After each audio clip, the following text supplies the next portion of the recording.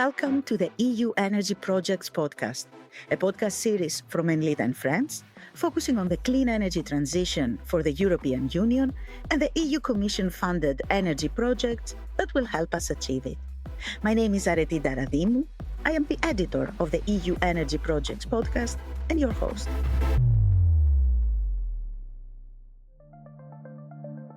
REScoop is the European Federation of Citizen Energy Cooperatives. It gathers insights on how energy communities empower citizens, foster democratic governance, and promote sustainability. Together with Chris Vrettos, Financing Policy Advisor of REScoop, we discuss the motivations, challenges, and impacts of energy initiatives across Europe. Hi, Chris, and thank you so much for being here with me today. Can you give us an overview of why community engagement and fair benefit sharing have become so central to renewable energy projects in Europe? Hi, Areti. Good to be with you today. I think it's becoming quite clear that we're kind of in the crunch of the energy and the climate transition. There is some backlash across Europe, across, say, Western Europe and North America. But one would argue that the forces of the energy transition are unstoppable. Market prices for solar, for wind, for storage are plunging. Every year we see, a substantial difference. And we know also that the deadlines for meeting our climate targets are approaching. And it's not just let's say an abstract target, it's also the physical manifestation of the climate catastrophe. I think, Areti, it's okay for me to say that we're both Greek, and living in Athens or the broader, let's say, the broader country of Greece in the summer is a nightmare. It's the physical manifestation of how the world is changing around us year after year. So I think it's quite crucial that we get the energy transition right, and that means planting a whole lot more wind turbines and solar panels and batteries all around the place. But the key question is, how do we do that in a way that doesn't ruin our ecosystems? But most crucially, how do we ensure fair benefit sharing? So maybe just to sum up and go back to your question, really, we know that the energy transition is here, it's happening, it even needs to accelerate.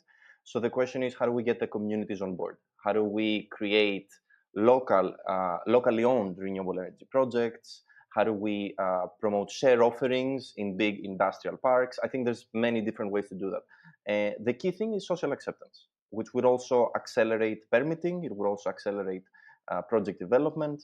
So for me, these are all factors, let's say. Makes total sense. And what would you say are some of the key challenges that current permitting processes face, and how does public opposition impact them? I think there's a common misconception that we need to deregulate, let's say, so that we accelerate the transition. I don't think it's a problem of regulation or red tape, as they like to call it nowadays in the Brussels bubble. I think the key issues that have been identified by the industry themselves, not just by civil society, is a lack of administrative capacity by many permitting authorities, a lack of digitalization and, let's say, one-stop shop, single contact points. I would say a lack of social acceptance, a lack of community buy-in, leading many times to communities, challenging projects at court, getting them jumbled up in these lengthy court battles, and then delaying a project for many years. So if we just stick to the third element, which is also kind of the main focus of today's podcast, if you get the community on board from the early start, from the inception phase of the project, you co-decide on the location, on a location that is not culturally or environmentally sensitive for the local community. If you find the most appropriate way to ensure community benefits, be it through the establishment of a local community fund, be it through share offerings, be it through a donation so that the local community creates its own energy community. So let's say its own 100% locally governed renewable energy project. There's many ways to give back and to ensure fair benefit sharing. So I think for me, that's kind of, let's say, the number one obstacle and the number one opportunity right now. Quite often we're seeing the phenomenon of developers doing the bare minimum of what the regulations want for energy communities. Why do you think this is happening? I think this is a very fair point. There is a lack of a coherent methodology, I would say, across the EU on what are the best practices and the minimum practices that developers should follow. Um, there's no really strict enforcement. I'll use again the example of Greece, that many times we see uh, some big industrial companies using a copy paste, let's say, of an environmental impact assessment, for example, or even like a consultation plan of how they actually engage the local community from other projects. So they don't even bother to actually do it; they just copy paste something that was done for other projects, which really shows the negligence. And I think especially for local participation and for fair benefit sharing, there's a complete lack of a regulatory framework. There's just some voluntary commitments in certain European countries. In others, it's more advanced, like let's say Scotland or Ireland, where most developers actually have to pay into local community funds. But overall, I think we're still missing this strict and harmonized enforcement and a common methodology across the EU that different member states should transpose so that it's also comparable. We have comparable data across member states. What would you say are the risks of leaving community engagement and benefit sharing practices unregulated or inconsistent across jurisdictions and countries, I would say? Well, first of all, greenwashing. Huh? I mean, it's any sort of corporation could say that, oh, I've developed this with the local community, and I was very fair and I was very green. But what does that actually mean in practice if we don't actually harmonize that label? Then this would, of course, also fuel public opposition with the associated delays in project development that we outlined before. And then for me, it would fuel even further broader resistance and speculation against the energy transition as a whole. We're seeing quite a lot, the far right weaponizing anti-science, anti-climate, anti-democratic narratives, basically arguing that the energy transition is a top-down imposition from Brussels to the rest of Europe. And more people are getting on board with this message because they indeed are not seeing the tangible benefits as much as they should have been yet. So I think we need to seize back that narrative from these more conservative forces and say, no, actually, if there is a regulated, harmonized across the board methodology for fair benefit sharing, then we can get the people on board. It can be, and it can be a fair and inclusive transition. There are, however, some positive things happening. I mean, I was reading the various REScoop presentations and papers, and there are several European countries that have implemented innovative practices. So, could you walk us through some standout examples like Germany or cooperative models in Belgium? Indeed, the community energy movement, which is kind of this, let's say, counter answer to the just private industrial renewable energy development, um, it's thriving. It's growing quite a lot all over Europe. In Belgium, there's the largest energy cooperatives. Actually, most of the energy cooperatives in the country, they banded together. They formed a secondary cooperative called REScoop, and now REScoop is actually secured the right to participate with a 10% stake in the offshore wind concessions in the Princess Elizabeth, let's say, stake that will be handed out in 2025, so within this year. And this is a historic milestone because, we're really talking about tens of thousands of citizens represented through these cooperatives banding together to do such a big investment that both enhances the climate transition, it ensures social and economic justice because the benefits from that project are spread widely, but also crucially, we see the power of energy communities right now to contribute to the EU's reindustrialization objectives. We're seeing all this lingo now about competitiveness and the clean industrial deal, which is fair. I think we should be building or rebuilding local green industries. But let's also take stock of what should be the role of local communities in that. And we are seeing energy communities managing to flex their muscles, to really grow enough to take part in that. Maybe also I can give an example from Denmark, where another REScoop member, let's say it's in the Avedor area, where they have created an energy community that is powering through solar and storage a local data center, and also they're using the excess heat from the data center to power a local clean district heating system. So it's a completely circular heating and electricity model. And I think this is also good to consider now because of the boom in data centers that we are experiencing, that is threatening to sidetrack us from our climate and energy objectives as well. Yeah, you're absolutely right. There is quite an interest in data centers, but I would like to stay a little bit in the countries more and discuss also the examples of Spain and Ireland. Spain, for example, from what I read, has some effective regional mandates in involving communities in project ownership also. And when it comes to Ireland, together with Denmark that you already mentioned, community benefit funds in these countries contribute to local development and project acceptance. Is that true? Can you elaborate a little bit? Yeah, exactly. And I see, Areti, you've done your homework here. It's becoming more and more of a mainstream thing. It started, as you say, mostly in the UK, in Ireland, in Scotland. These I would argue, were the pioneering countries. But we are starting to see this more and more, at least, as you said, in regional levels. Like, for example, again, in Belgium, where it's a federal system, in the region of Wallonia, you have a new regulation that up to 24.9% of stakes in wind projects has to be given to local communities. In Spain, I would say it's different. There's no, like, let's say, federal regulation, so every region has its own approach. But exactly because it's another country where we're seeing the energy transition kind of accelerate so fast, it's also, yeah, it's something we're seeing more and more there as well. I do want to highlight, since you brought up Spain, a member of REScoop EU as well, that through a live project called ACE, the Access to Capital for Community Energy, they have created a really interesting community energy financing scheme to accelerate the creation of these local energy communities. Basically, what they're doing is that they're working as an intermediary between local communities and two ethical banks to standardize all the paperwork and to help local communities access loans, so that we kind of start moving as well to bigger and bigger scales of projects where just member crowdfunding is no longer sufficient. You need for example, loans from financial institutions.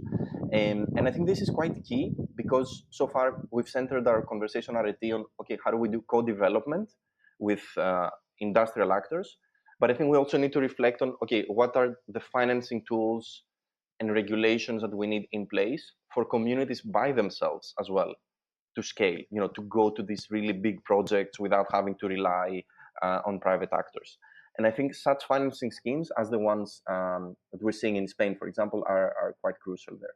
We have discussed quite a bit about policy, but correct me if I'm wrong, it's not only a matter of policy, it's also a matter of justice. So, why is it important for REScoop to frame community engagement and benefit sharing as a matter of justice and not only as policy compliance? So, make it legal, let's say, have a legal framework about it. Yeah, I think for many of the reasons we outlined before that have to do with the broader, let's say, narrative right now globally around the green transition, and how many people don't yet see, let's say, the concrete and tangible benefits leading to a lot of green loss, as you would call it. For me, we're going through a quite remarkable shift in human history, where renewable energy, especially solar, has the potential to power a global revolution, like of universal access. You're looking at remote villages in the Amazon rainforest or in sub-Saharan Africa that would never be connected to the grid because they're just too remote, too far away. But through decentralized solar, for example, they're finally accessing energy, and not just energy to light bulbs, but energy to freeze their insulin or to to power their, an oxygen machine. So it's like a life and death situation for many people. And even in cities, we're seeing solar panels pop up on so many rooftops. It's unlike oil or gas or coal that are, centralized assets that can only be owned by big companies or, if you allow me, dictatorial governments. Solar is by definition so decentralized, and other renewable sources as well, but especially solar. Everyone can have access to it. For me, that is fundamentally about economic, energy, and social justice. And how would you say meaningful participation in renewable projects, because this is what we started to discuss in the beginning of our conversation, enhance local democracy and foster long-term trust? I would say, yeah, I would go back to the earlier parts of the conversation. There's the part that has to do with having the right regulation in place. So a regulation that enables energy communities to be created. You know, member states in the EU should have created an enabling framework all the way back in 2021. We're at the stage where the Commission is starting to look at infringement procedures for many countries. So first of all, you need effective regulation. And the regulation also goes to the interaction of private developers with local communities. What we said before, that we need a harmonized EU-level methodology. Climate Action Network has put out a really good report called Fair Benefit Sharing, and it kind of starts to outline some 13, 14 KPIs that developers can start using to measure fair benefit sharing with local communities. So, and they have shared that with the Commission as well. So I think this conversation is starting to open about how do we harmonize this. And also, crucially, going back to energy communities per se, we are now seeing another push by the European Commission to mainstream citizen energy through the citizen energy package. A consultation has just opened for a raft of measures, let's say a new strategy that the Commission will take forward to boost financing, boost technical assistance, new legislative instruments to ensure that member states allow for participation in energy communities. So there's many opportunities that are coming up in terms of policy and in terms of regulation. But of course, there's also the awareness part. And I think that goes to the heart of your question. For me, I myself, I'm a member of an energy community in Athens. And ultimately, it's really about reinvigorating that sense of the commons, of personal responsibility. Not in the neoliberal, individual responsibility sense of the word, but in the more, let's say, if you allow me, anarchist sense of each of us being empowered so that we contribute to a collective good. So yeah, I would say that's how energy communities would contribute to that shared sense of responsibility that you asked about. But what would a robust EU-wide framework for fair benefit sharing look like in practice, especially if it is an anarchist one? Especially so. Yeah, no, I would say an anarchist EU. Okay, let's unpack that maybe in another episode. I think that the warrants its own discussion. But a fair framework for benefit sharing. Yeah, I would really start with looking at this report by Climate Action Network.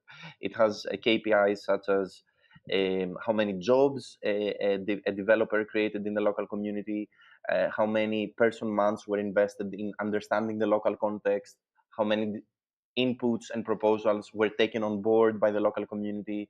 To what extent is there a mediator, like an organization in place that can work with the local community and the developer to just kind of find common solutions? So it's really very practical, implementable, actionable indicators that developers today can start using.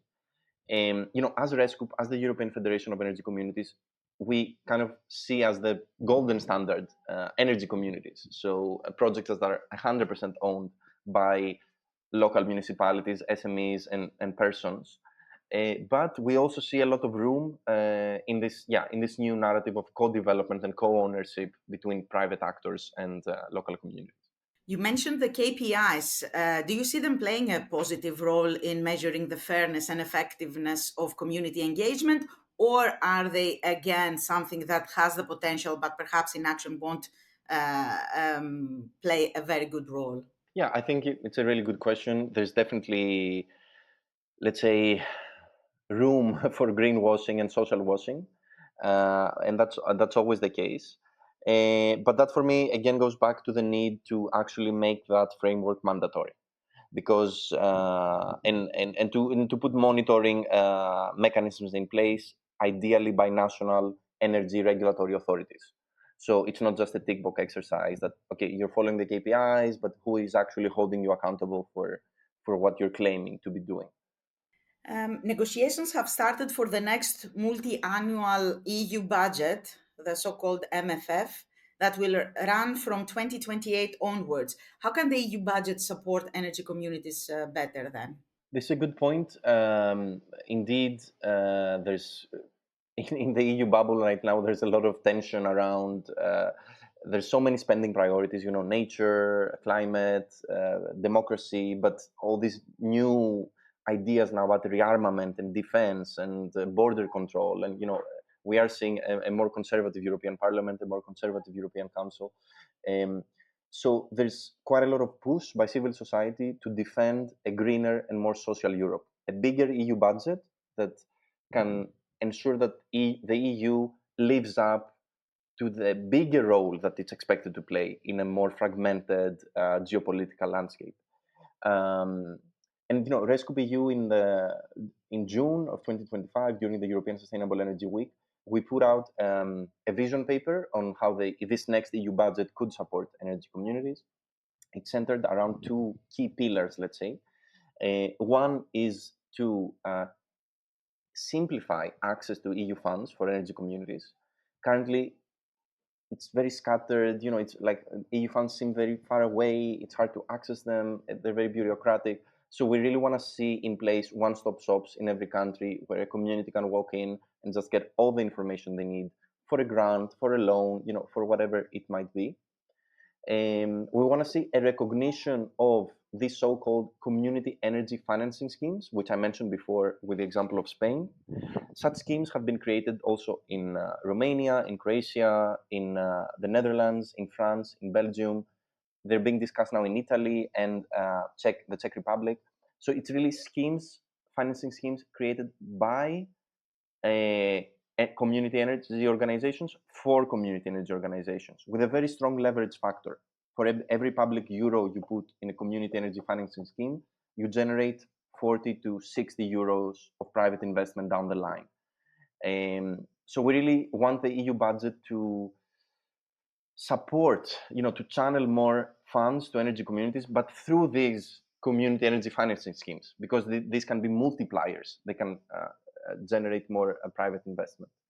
And there is this is the second pillar. This is the role of financial institutions such as the European Investment Bank that they can fill in to create a guarantee scheme, for example, for these community energy financing schemes, so that then big private investors, either financial institutions, they can come in and capitalize these community energy financing schemes, these revolving funds, so that they can keep providing a structural support to energy communities on the ground.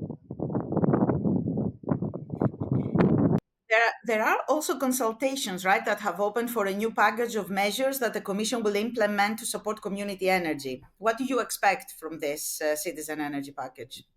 Yeah, we briefly mentioned that as well before, but there's quite a big bucket list of what REScoop wants to see in that package.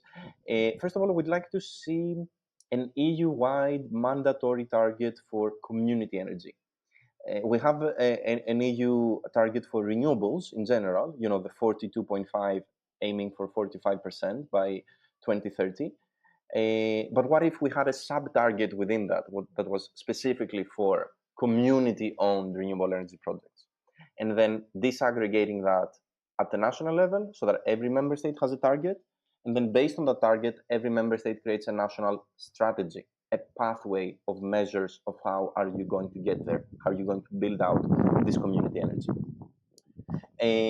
I think that let's say that would be the first thing, and maybe some 2-3 other key things that come to mind is for the Commission to keep pushing member states to finalize the transposition. Again, most member states don't have an enabling, or not most, but many member states still don't have an enabling framework for energy communities. and really unlocking more financing as well, I would say, be it through EU funds, be it through these community energy financing schemes that we talked about before. I think it's really it's still a gap for many communities on how do they cover kind of these first steps of a community energy project. Paying for the lawyer, paying for the business plan, getting the community together. I think there's still a gap there that could be filled. I would like to finish our discussion with an open call or something that you can say to the energy communities that feel left out, because we are discussing a lot of positive steps that are happening, but not every energy community feel that is in the energy transition process. There are communities that feel left out. What would you say to them? That is a good question, and it makes us openly reflect on how do we make this movement more inclusive.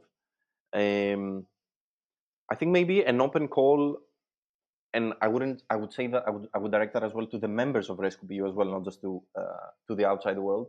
Is that a good colleague of mine created an inclusivity guide. It's called the Inclusivity Guide for Energy Communities, and it presents a whole list of measures that the community can take to become more inclusive towards its members, first and foremost, but also just towards the broader society. I'll give you a very small example. The idea of hiring a child carer so that parents, members of an energy community that are parents, and especially women, mothers, can attend general assemblies of the community. Because many times, who's going to take care of the kids if the parents want to attend the general assembly? So this is just one example. But I think, yeah, definitely we need to keep working on this. But I want to say, for me, this is the open call to energy communities across the EU, feeling like we're part of something bigger, feeling like we're challenging the old world that is dying, a world of a centralized, dirty, oligopolic energy system that's, now shouting drill baby drill. But that for me is kind of like, the scream you make in your deathbed because that you've reached the end, basically. They're not convincing anyone anymore. The renewable energy transition is here. So it just feels like you're part of this bigger revolution, if you allow me, that is both for climate justice, but also crucially for economic justice. If we can all produce our own energy, that just fundamentally reorients the power dynamics of the world. If President Trump only knew how you used his motto, I'm sure he would be thrilled. Thank you so much, Chris. I appreciate this, your availability and our conversation. Thanks a lot. It was great chatting. You've been listening to the EU Energy Projects podcast, a podcast brought to you by Enlit and Friends. You can find us on Spotify, Apple, and the Enlit World website. Just hit subscribe, and you can access our other episodes too. I'm Areti Ntaradimou. Thank you for joining us.